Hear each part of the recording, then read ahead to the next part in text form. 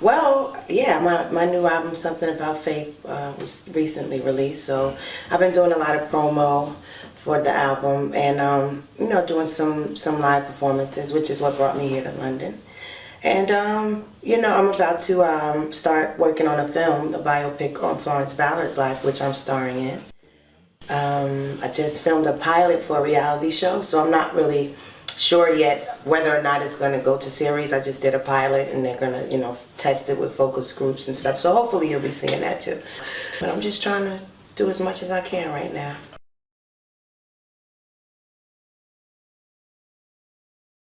Well, since the last album, I transitioned from my last label home. I acquired my own imprint with E1 Music, which is an independent distributor. So, in essence, that means that I'm my own boss. I own my masters, which is not, which a lot of artists, most artists cannot say they do. So, I just wanted to do something different as far as the type of business situation I got into. Not so much with the music because I don't really tamper with my formula creatively. I think the only real difference in this album, on the actual creative side, is just that it's my most feature heavy album ever. I've never had an album with more than one or two features on it, but it wasn't planned that way. Everything was just rolling. Things were just happening and blessings were just kind of coming my way. Some people ended up on the record because they called me to do songs with them, like Keisha Cole and Redman, who I basically grew up with. So it's funny that we never worked together until now.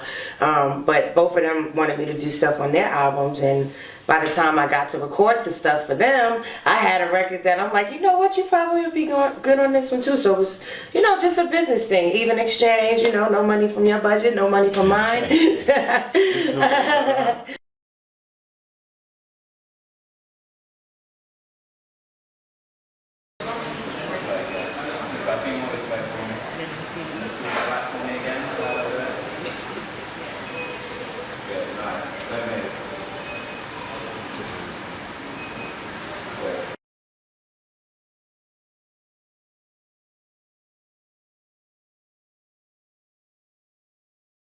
We had a mutual friend and have rather, and it's funny because I remember her. We didn't really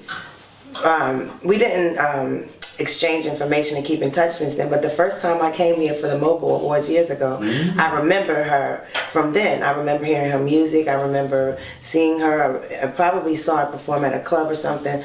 So that was way before she was, as known in the States as she is now. But turns out that we have a mutual friend, and when I first met her, when she moved to the States and we hooked up again, I just couldn't believe how she was like. She just kind of was emotional to meet me, and I'm like, are you serious? Like me? But I think she's so dope, and for her to want to be a part of my project, to me, I'll take all the star power I could get. So, I wasn't like, I'm gonna get rid of this song because there's too many people on my album. Like, I used everybody who wanted to be a part of it.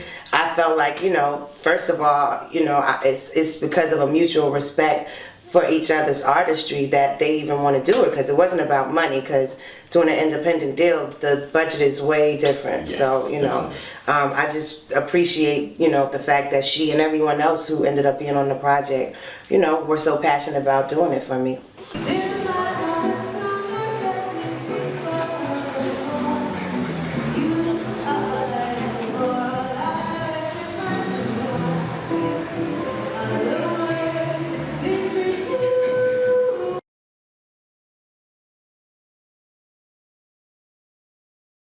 Yes and no.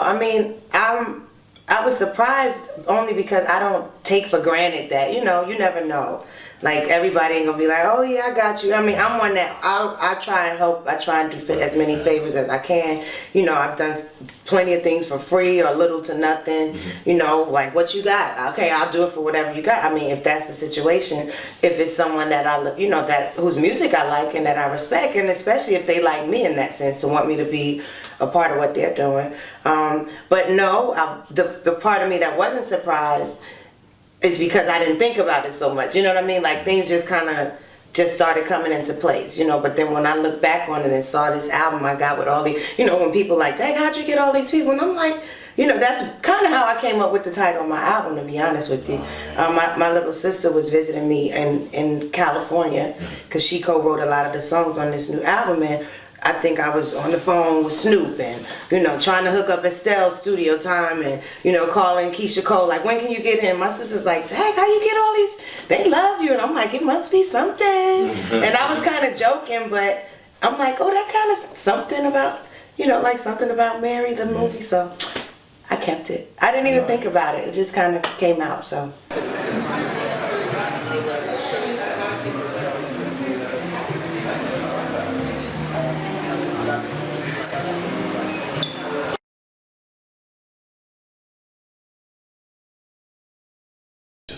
I am very excited. I mean, you know what? I always say I don't measure my success by album sales and chart position and awards and stuff like that. But I mean, especially given the fact that it's been 5 years since my last album.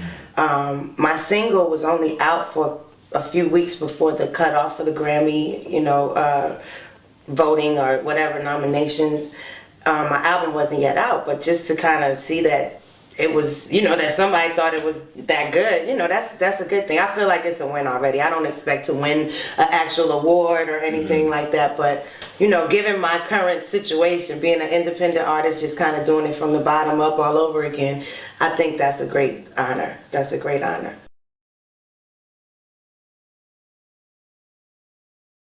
Shout out to Aaliyah King, who I collaborated with, because, I mean, it was certainly my goal from the beginning to, I always said that, you know, there's been so many things, so many misconceptions or so many half-truths or what have you, or, you know, people that you can never reach everyone and tell them, oh no, this didn't happen that way. I've never been one to even feel like it was worth it, you know, because those that know me know me. I know myself, God knows me, and I really don't tend to worry about what negative other people might think or say. But at the same time, I always said that the only time I would take the time to do all of that was if I did a movie or my life story or, you know, did my memoir. So I wanted to be very tactfully honest, and I hope that, you know, so far that's been what I've been getting from people, the feedback, you know, that they really enjoyed it. It was a good read, an easy read, and just gave them a lot more insight, you know, than they thought they had.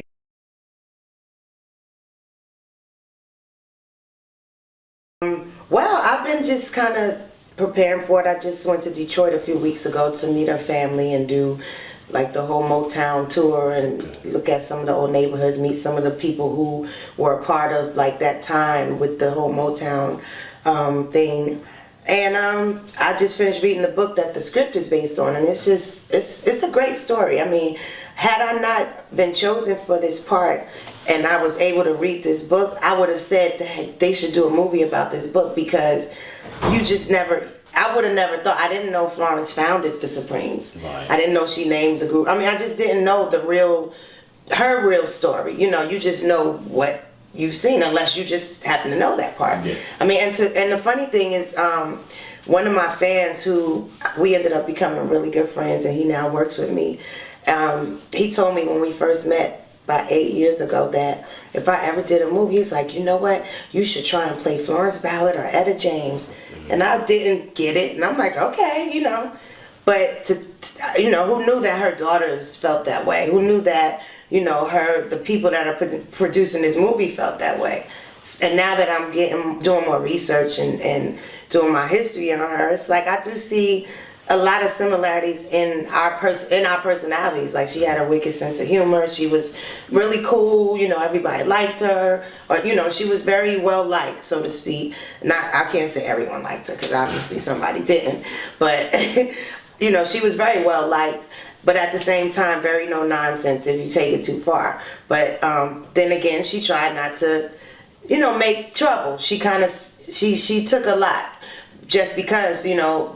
And this is a story that even still now probably plays out to so many people. I mean, I'm looking at the old contracts that they had back then. It was ridiculous, like really ridiculous. Like, but the opportunity of a lifetime comes along. You get to sign with this major recording label, and you know.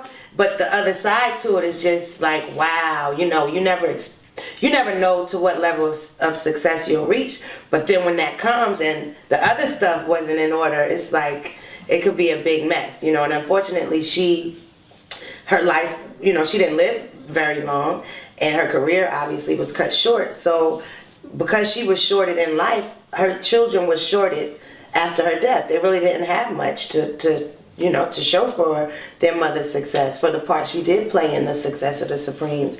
So for me, I think it's even beyond the Faith being on the screen and being in the movie. Like, I really now feel personally obligated to, you know, to help this thing be as big as it can be, you know, to really do my best to play the role and let everybody understand, like, how important, you know, what role she really played in this all. And just to see her kids have something to hold on to.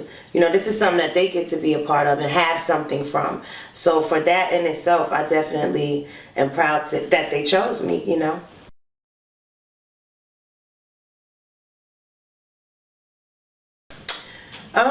You know, one day at a time. I really don't have I don't know. I mean, I get up and, of course, start my day in prayer and end up having to call on God all throughout the day to help me figure it out. But you know, just, that's really it. Just one day at a time, you know.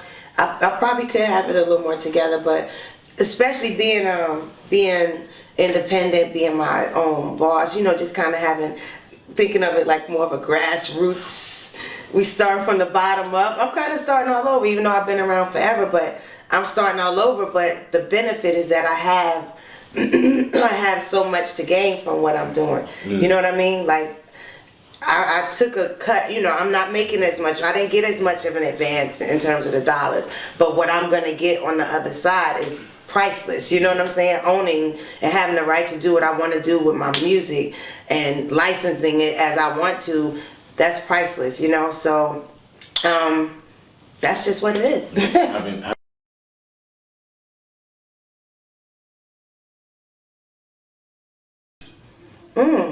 Wow, the music industry has changed quite a bit. I mean, it's very, first of all, I just feel like, and obviously all of the advances in technology just kind of allow, it's a lot easier to get your stuff out there. I mean, I can't lie, if I didn't have a deal and I was this new young chick, you know, with the hot voice that could write and sing, I would certainly be taking advantage of all of that stuff if I didn't find any other outlet, you know, to get my stuff out there. And it definitely opens the window for some stuff that may not be so great. But I mean, I look at it like, you know, anyone that's able to find an audience and use their talents and find people that appreciate it, then, you know, hats off to them. You know what I mean? Because it's really up to the fans and the people the listeners, as to what they like or not. You know, I don't, you know, because usually I'm asked that question, like, you know, what about the people that are kind of whack or not so good? I'm like, well, I don't really try and judge. I don't, you know, it's hard to say what's number one to me and who's the best. And, you know, it's like, if somebody likes it, so hey, you know, I got 4 kids, so I have to stay aware. You know, sometimes I might be like, what does he sing? Or what's his song? Like, oh, okay, I know that one.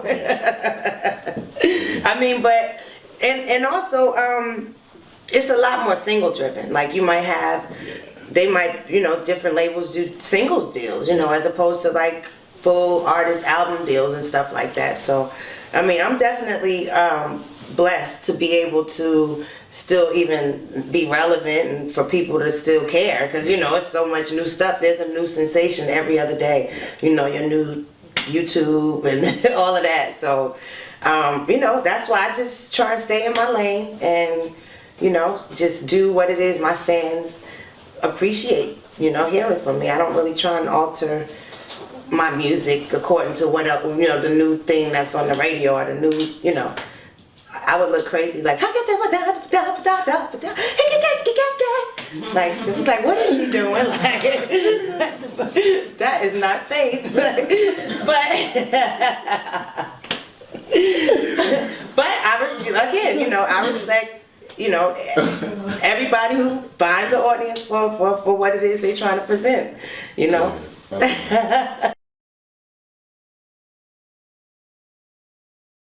I think they did an excellent job. I mean, first of all, you know, you can't cram, you know, someone's life, even if 2 hours. even though his life was cut short. I mean, you know, into 2 hours. But I think they did a great job, and everything that I was a part of and that I'm aware of, even the things that I heard about prior to myself, what I saw in the movie, they were pretty true. I mean, there's certain things that they exaggerated or may have changed for like the cinematic glory of it all, but other than that, I think they did an excellent job, and I was really happy.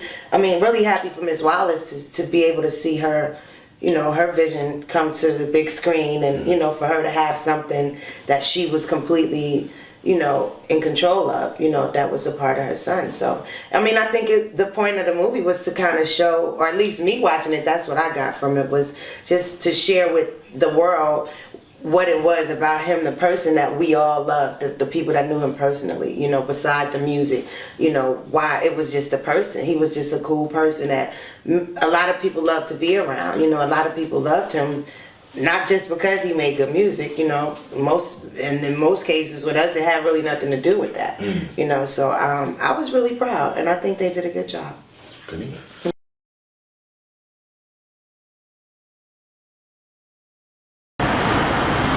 Faith would like to know. Hi, welcome to the Did you buy Mr. my Gorgeous Show. album? I'm Something Mr. about Gorgeous. faith. I'm here And if in you the didn't heart of buy it, London have you at least to heard see it? Because I Faith understand Evans, times is the hard. first lady Maybe of you Band can't. Boy. It's all good. Grammy I just Award want nominated. you to hear it.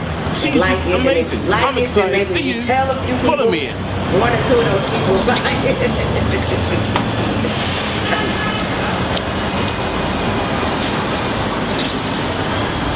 Well, currently I am preparing. I'm about to start working with an acting coach to get ready for this movie, but I'm also putting together a tour. I got a call before I left the States. Keisha Cole was going on the road, and they want me to go out with her. I've had a few different offers, but I'm trying to kind of get my schedule together based around the movie stuff, because you know they kind of changed the production from January to February, back to January. So I'm definitely going to be on tour, but right now I don't have a tour lined up yet. I'm just kind of doing spot dates in the States. Hopefully I'll be back over here in the UK soon. That's what somebody promised me. Yeah. So hopefully I'll be over here doing, like, even if it's just a brief, you know, 10 dates over here or something, you know, even before I do the other big tour in the States. So, but other than that, you can reach me on Twitter at Miss Dunaway, MissDunaway. And I do go on there. I don't go on it every day, but I do go on there. Hey, it's Faith Evans, and I am hanging out with the one, the only Mr. Gorgeous. How you doing?